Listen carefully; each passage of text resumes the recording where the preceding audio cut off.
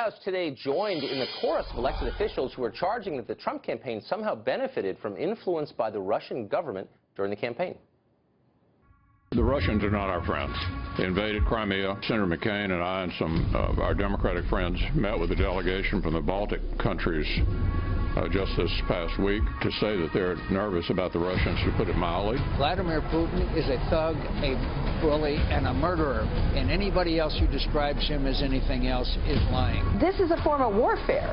For him to be trying to impact our elections, he has to be held accountable. Is this something of a national emergency? It does feel like we're on the verge of something potentially awful. This simply cannot be a partisan issue. Wow, and if you thought that was intense, at least 2 House Democrats have now called on the Electoral College to overturn the election results because of interference from Vladimir Putin. Our next guest has not gone that far, but he does have concerns about Russian hacking around the election. Joining us now is Illinois Republican Congressman Adam Kinzinger. Congressman, thanks for coming on. So there's a lot of noise around this, and there's probably something at the core of it. Wouldn't shock me. They've hacked a lot of things around Washington, the Russians. But what is the core allegation about the election?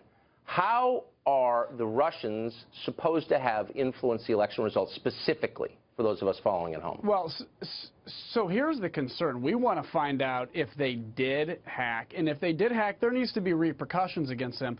What I find is interesting in the montage leading up to this is all these folks on the left that are now somehow aghast by, you know, and talking about how terrible Russia is and how Russia's not our friend are the same people that had this Russian reset under President Obama that gave Syria to Russia, that gave Eastern Europe and Ukraine and Georgia to Russia. You like look at this and say, wow, we hit an alternate universe. So I think we need to know if there was hacking. I think there needs to be big, I guess, punishments against the Russians if in fact they did. But that doesn't undermine the legitimacy of the fact that Donald Trump was elected president by a big majority of people. Well, it depends. He didn't win the majority, as you know, of voters. He won the majority of electoral votes, and it would undermine the legitimacy of it. But I guess my question is, hack what? I mean, what is the core allegation? So as far as I understand, having followed the campaign pretty closely, the main revelation that came from hacking were John Podesta's emails. And they were gotten through a simple phishing scheme that you and I could have done, and I don't even think the intel community says the Russians did that necessarily. So what's the hacking we're talking about specifically? So the allegation is they hacked the DNC, they got the information, and then there was ways of which the intelligence community claims to have known, which nobody can go into, about how they released that to WikiLeaks, where WikiLeaks then metered it out, as we saw in the last 2 or 3 months, as an attempt to embarrass the DNC, as an attempt to embarrass Hillary Clinton, and to influence. Now, maybe they did, just to correct you, I think that information was from John Podesta's Gmail account. The daily leaks that were in the papers, or some of them every day through WikiLeaks? Of course. Okay, of course. I mean, but people have a reasonable expectation of privacy at the same time. And I would support that completely, and I don't want anyone to hack into my email.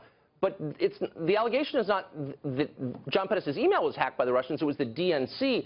And I don't remember information from that hack, whoever did it, influencing the election in any way. Maybe I missed it. Like, so how exactly did the Russians supposedly, or anybody, influence this election? I'm totally confused. Well, yeah, see, look, and here's the point I'm trying to make, is I'm saying if, in fact, they attempted to, that's information that we need, because guess what? You know, it may have affected or benefited or whatever. This is going to come back against the Republican Party in 2 years when it benefits Russia to do it or whatever. We can have nobody try to influence our election that way. Now, I don't think it undermines the legitimacy of Donald Trump. I think he was elected by a huge amount of electoral votes. We're going to see that come to fruition on Monday.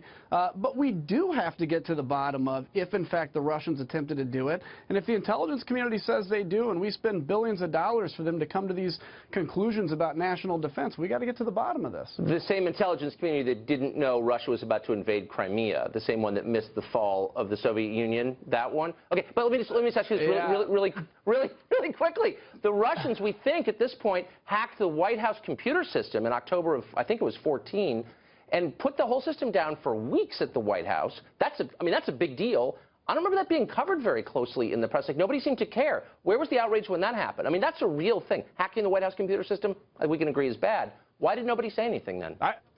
Look, I think we can all agree with all this. Anytime they hack anything on the institution of the United States, whether electoral or whether government, there needs to be problems. And this is something we have not taken seriously for a very long time. There's broader issues about why they didn't see them coming into Crimea, but that's something that can't be discussed here.